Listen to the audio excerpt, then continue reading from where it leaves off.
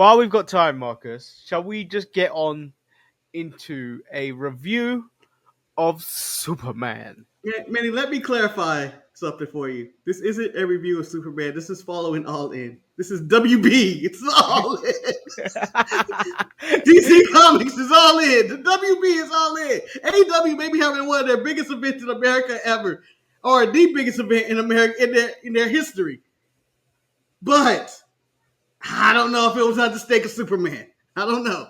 I think that was a lot on the line. So me and Marcus both have watched Superman. Mine was a little bit more tragic as it gets to the climax of the like maybe the last half an hour where shit is going down. The whole thing turns off. So at first you lost it. The picture's gone black. All you're getting is sound shooting out of what's happening. People are running around. People are running around like bullshit actually is happening in real life in the movie theater, trying to gain people's attention. Like, what the fuck is going on? So, at what point, and there will be spoilers in this review, but not just yet. At what point in the movie did you guys realize the screen was haywire? It's not the movie. With it, maybe about you go like, oh, this movie's stupid for going dark. Yeah. Here comes Sabu. Well, pro wrestling has taught me one thing.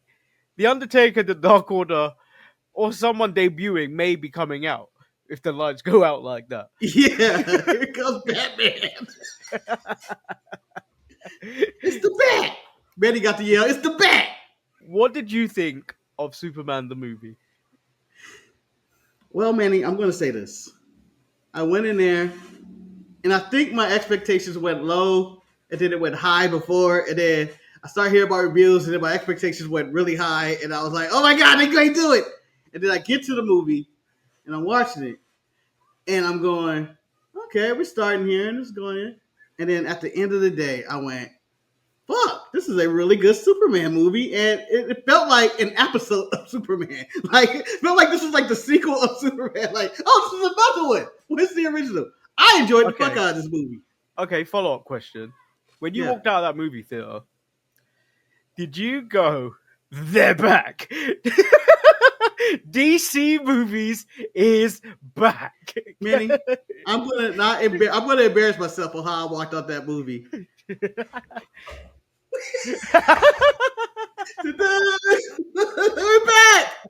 back. I was flying in the air. Well, I was running really slowly as a big man, and I got out of breath about 5 yards in. But I was like, we're back. I can't believe it. DC, we're back, baby. Marvel, kiss my ass. I spit on the Fantastic Four poster that was right outside. I was you got no chance. You got no chance of beating this. I would agree. I wouldn't necessarily say they're back. That's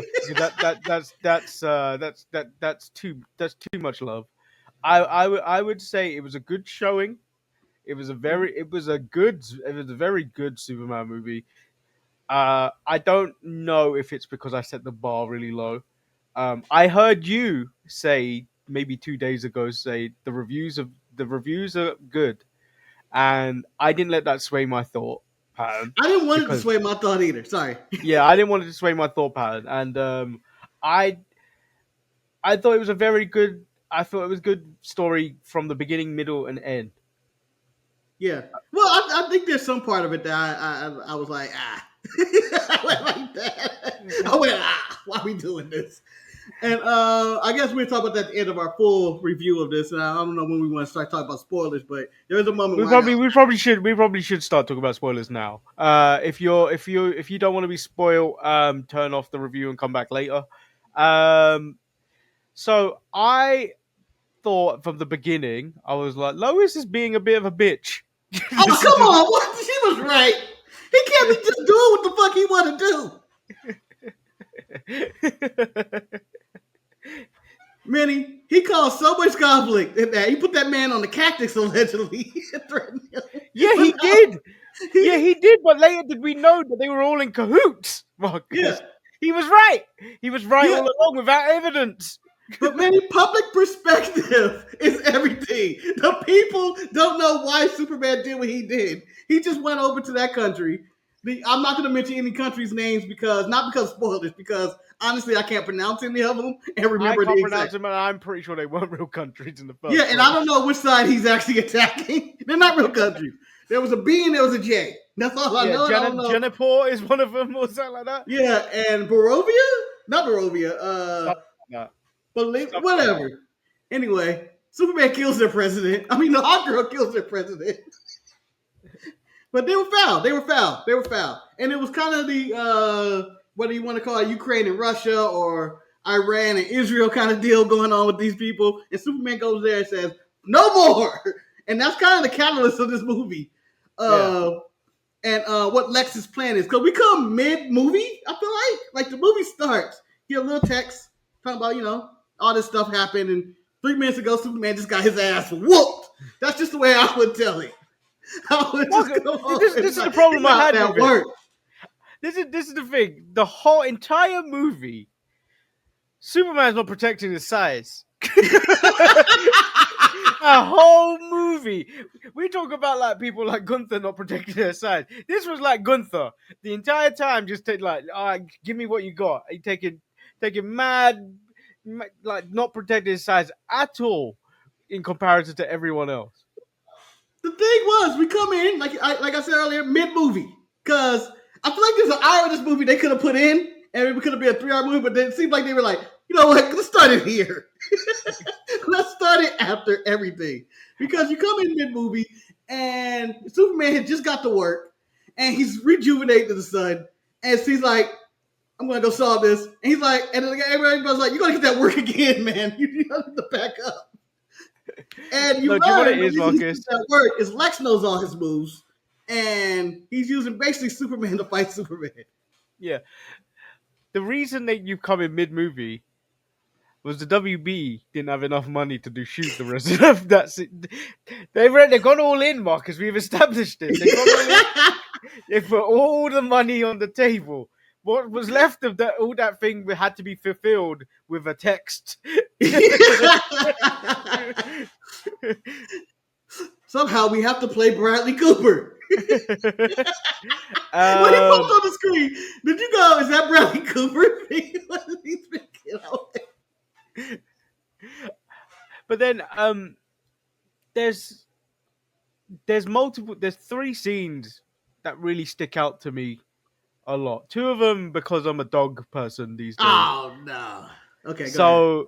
When Krypto is kidnapped and he's just being kept alive by chasing squirrels, which is torture. That was fucking mean. Lex is a fucking mean man, mean motherfucker in this movie. Let me tell you something about, before we go into your love of Krypto and Krypto moments, Manny, Lex Luthor was a motherfucker. No ands, ifs, or buts. I was like, this might be one of the most evil people in the history of movies on the kind of shit he was up to doing. Just crazy, evil, and he's going to have a quote that I'm going to use for the rest of my life because I'm petty. Envy is not envy, it's a calling. That's what it is, to kill you. So, the way Krypto constantly greets Clark, or Superman, if you will, is exactly how Rika greets me every time I see her. Not as much with chaos, because Rika ain't got the strength to knock me over. Rika thinks she has that strength. But so I was a bit put off with the way Lex was so mean to the dog, with the way the dog got hit. I know it's CGI dog people, but like, when you're a dog person, it really affects you. And you loved it because you're a psychopath. I'm not a psychopath. I enjoy good heel work, Betty. It's a wrestling channel, and I enjoy good heel work. And the reason when I was thinking, is he gonna take out Krypto? Because I feel like when Superman busts into his office, where's the dog? Where's the dog? I was like, Lex better put that dog in a minute. That man's about to go off the rails. Where's the dog? But I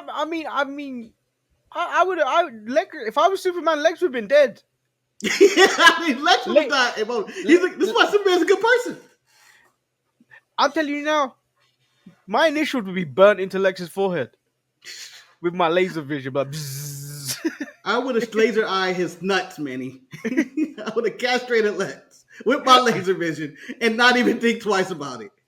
And then, so there's a mid credit scene, and then there's a post credit scene. The mid credit scene is Krypto hugging Superman on the moon. I thought that is one of the cutest things Yeah, I've seen in a was movie taken. in a while. I believe that was taken from I want to say All Star Superman. It's like it's a really good Superman comic. It's like Superman's dying and he's trying to put all his stuff in order. Yeah.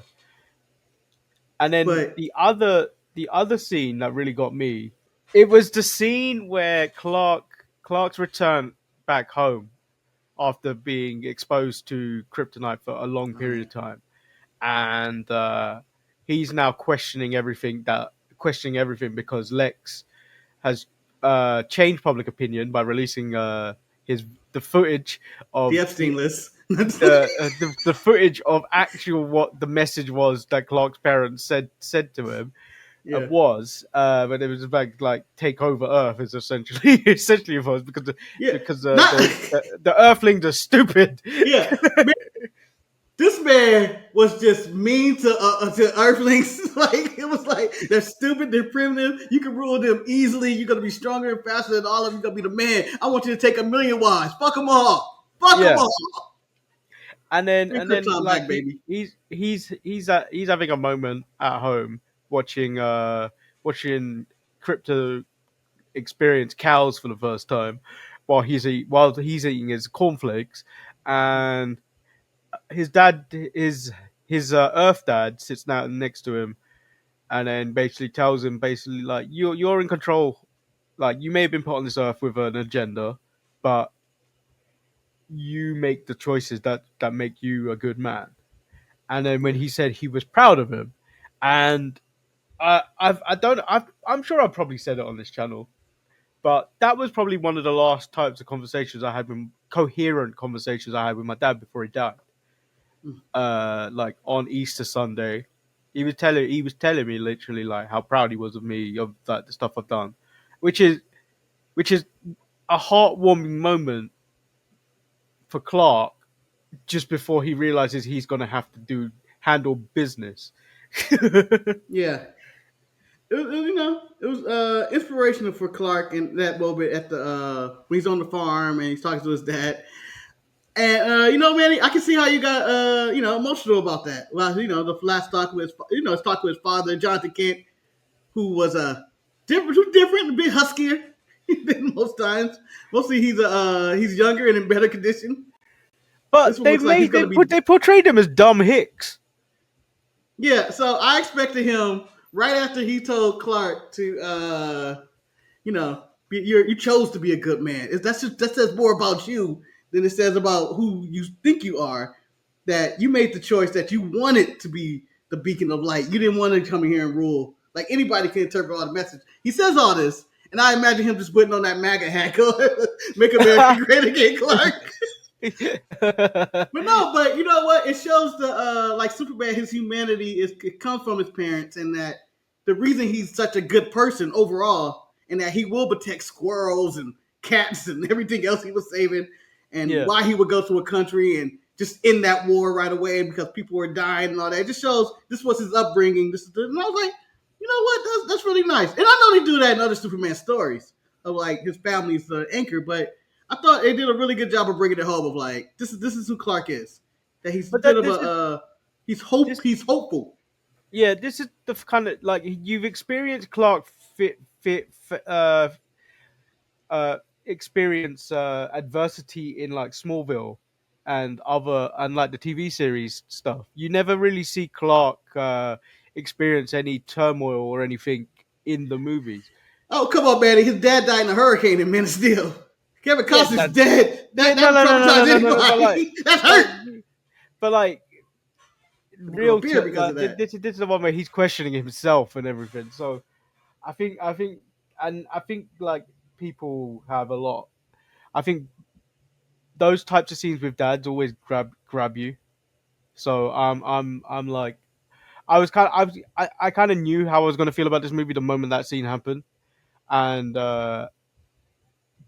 thank God the rest of the film was good. Yeah, yeah, because the movie go. It feels like it went really fast. I don't know what it Yeah, it was. was a quick 2 hours. It was the quickest 2 hours ever because you start, boom, Superman's getting his ass whooped. He goes and gets healed. He goes back, go get some more, smoke. You get to see Lex and you see his plan. You get go to the Daily Planet. They go in and out of there. Next thing you know, Mr. Terrific and all these other people show up. And I thought that was going to be too much. I was like, when you see the commercial, it just seems like there's too many characters in this, but the other characters help balance everything out. And you got to see, hey, Superman's a good superhero. These other dudes are fucking assholes for the most part. The Justice Gang, as they call themselves, are a bunch of assholes. All of them. All of them, Manny. Terrific is only doing what he's doing out of spite to piss off Green Lantern. Yeah, but I think Mr. Terrific seems the one that seems to have the only one in that group to really have a moral compass. The other two, questionable. Yeah, our girl didn't give a fuck. She was like a gun for hire. And Guy Gardner as the Green Lantern. And I'm going to say this right now, Manny. I want to put this right now in text. Best Green Lantern in the history of Green Lanterns. No, don't you dare. Oh, in movies. No. And I know Nathan Fillion in the animated versions of animated DC stuff is doing the voice of Hal Jordan. I seen it. I looked it up, but yeah. I did not like his portrayal. I did not. His portrayal. He looks like Turbo Floyd right now. Yeah, but that's the point. Guy Gardner's a dork. Guy Gardner's one of the worst Green Lanterns, and it's intended that way. He's a doofus. He's a dumbass. He's a jock. When I saw him, I was like, what have they done? It was perfect. Guy is not my Green Lantern. He's no one's Green Lantern. He's no one. No one goes to say they love Guy. You go Hal, you go John Stewart, and then Kyle Rayner. No, there's a gap between John Stewart and Kyle Rayner. You go, there's a gap, and then it's like Kyle and Guy there. Yeah. But I thought his portrayal of Green Lantern was fine as someone that's egotistical, wanting an applause after celebrations, a little bit of a douche because he's stopping a war, but he still has time of flicking people off with tanks in the ring and knocking them off the way. He's such a dick. And I enjoyed all that. I love his dickery. And then, and when Krypto beat the shit out of Lex, I was like, Lex is a piece of shit. Lex had that shit coming. My favorite scene was that ending scene. Superman confronts Lex and whatnot, and Lex is explaining why he hates Superman, that he created this royal conflict not to get land, not to rule or become king. I created the conflict so I can get power to kill you. I just want to kill you. And it's just so personal. And I was like, oh. And then he tried to make that run for the portal, and then Krypto catches him. Superman catches him. Yeah, Superman catches him. And he knocks him, then Krypto whoops his ass. And I was like, this is so sad. The fuck out of him.